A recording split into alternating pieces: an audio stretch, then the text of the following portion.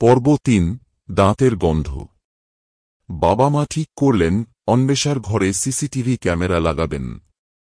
রাতে সবাই ঘুমিয়ে পড়ল, কিন্তু ক্যামেরা রেকর্ড করতে থাকল। রাত ৩টায় হঠাৎ ক্যামেরার ফুটেজে দেখা গেল জানালার পাশে কিছু একটা দাঁড়িয়ে আছে, একদম নিস্তব্ধ, ছায়ার মতো। মুখ দেখা যাচ্ছে না, কিন্তু হাতে কিছু আছে, একটা পলিথিন ব্যাগ, যার মধ্যে কিছু চকচক করছে। দাঁত। হঠাৎ সেই ছায়া এগিয়ে এলো, ধীরে ধীরে অন্বেষার বালিশের নিচে দাঁতগুলো রাখল, তারপর জানালা দিয়ে অদৃশ্য হয়ে গেল।